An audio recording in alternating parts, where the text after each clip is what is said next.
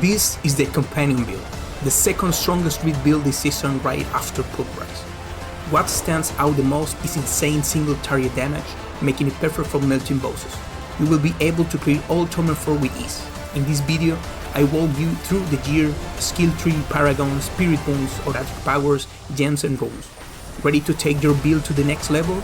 Let's jump into it.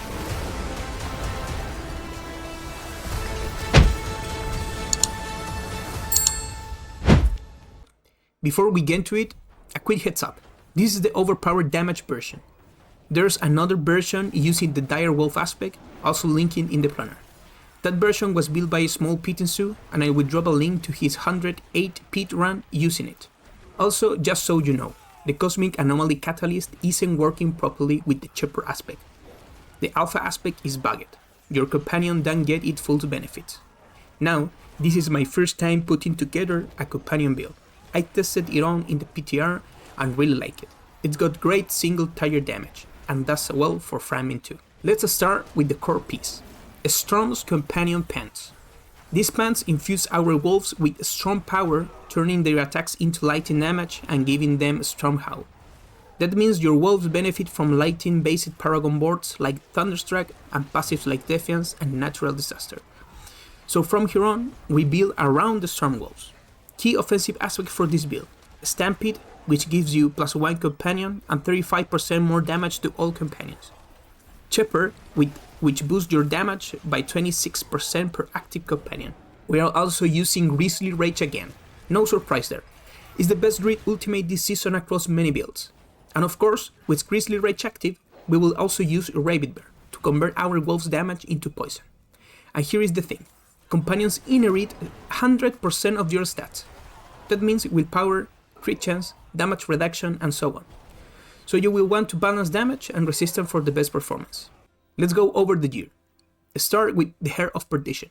You get 60% more damage, and it gives enough crit chance to help cap us near 90%, which we need to maintain consistent damage. For the chest, Shroud of False Death is beast.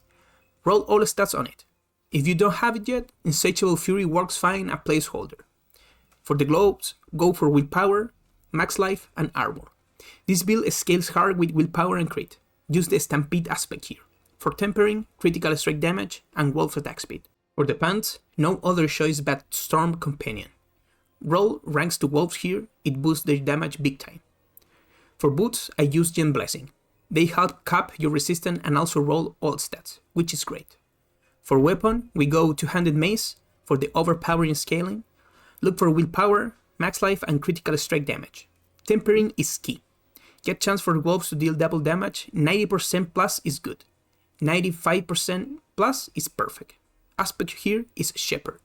In the amulet, look for willpower, envenom, and Call of the Wild. Call of the Wild is a huge passive. Level that one. Use the Rabid Beard aspect here and tempering Grizzly Rage duration and cooldown reduction. For the ring one, willpower, max life, and critical strike damage, put the Moon Rage aspect on it. It gives the chance to summon an extra wolf when you kill enemies, including from lucky hit on bosses. It also gives +3 ranks to wolves, tempering, critical strike damage, and Grizzly Rage cooldown reduction. For the ring 2, same affix, but with the Rampaging Werevist aspect. Adds +10 seconds to Grizzly Rage and 100% more critical strike damage. Same tempering at the first ring. Let's break down the passives and core skills. Put 2 points into Maul to start stacking Quick Shift before you pop your ult. Use Shred on your bar to alternate between Maul and Shred, triggering Quick Shift. Once stacked, pop Grizzly Rage and Shred turns into Pulverize. I spend points on Pulverize, so when it hits, enemies deal 20% less damage for 5 seconds. 1 point in Cyclone Armor. We only want the passive, it works even in Grizzly Rage form.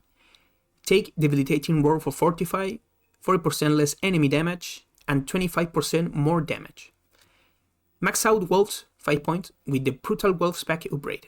Plus 25% attack speed for Wolves on crit, and that's why we aim for 90% plus crit chance. Ravens, get the +8% crit chance against enemies hit by the skill. Core passive, Call of the Wild. Massive boost the companion damage. Grab, Electric Shock, since wolves deal lightning damage now. Enemies have a chance to be immobilized, and we deal 28% more lightning damage to immobilized targets. Don't forget Envenom, classic passive for boosting crit strike damage. Max Grizzly Rage with 5 points, and the key passive here is one with Nature. This version starts with the Wild's Glyph, which massively boosts companion damage. For the second board, Untamed. This legendary now gives 80% more damage to companions. Huge. Use the Dominate Glyph here to scale overpowered damage. For the third board, Hainted Malice, plus damage to poison enemies, both mobs and bosses. The glyph here is a Spirit, which adds crit strike damage. Fourth board is Survival Instinct. Boost your general and overpowered damage. Glyph is Keeper, gives 50% to non-physical damage. Perfect for poison and lightning. Final board, Thunderstruck. 60% more damage to nervy and distant enemies. The glyph here is Earth and Sky, plus damage to vulnerable targets. For the Spirit Wounds, Weirdness, 50% damage reduction from Elites, Side Talons, plus 50 crit and lucky hit percent, perfect for this build. Avian Grad, almost mandatory for Druids now, plus 40% more crit damage. Pack Leader, the most important boon here, crits reset your companion cooldowns.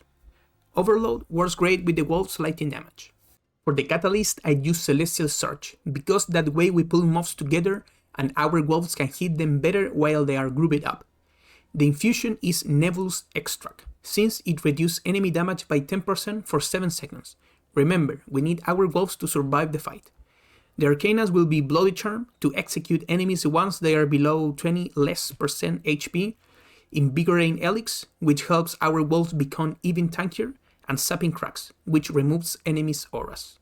The most important gem for this build is Reviron Horde, which boosts companion damage by 50%, one of the strongest gems out there. Idol from Below to increase our max life and core stat by 6%, and a Scornful Light, which gives us 20% more elemental damage. We take 10% more damage in return, but it's still totally worth it. Runes play a key role in this build. Without them, the damage doesn't feel as consistent. The first one we will use are Nagushan. We gain an offering every time we have an active companion. We need to do this 3 times for Shank to activate. But since this whole build is about always having active companions, Shan will be triggering all the time. The second pair is Jul Se. We need to cast 2 cooldowns abilities, and since wolves count as 1, we will be summoning the Se Run Wolf pretty often. Alright my fellow druids, here is a Pit 100 run to show you what this build can really do. The Dire Wolf version is technically stronger, but I had a harder time capping resistance with it. Plus the alpha aspect is bugged right now. I don't think it's benefiting from RABID passives properly, because I tried the same Pit 100 with alpha and it took me way longer to finish, and it really shouldn't have. Still, the structure of the build stayed the same. If they fix the bug, you only swap out RABID Bear for the alpha aspect. If you like the video and the build, don't forget to leave a like and subscribe. See you in Sanctuary.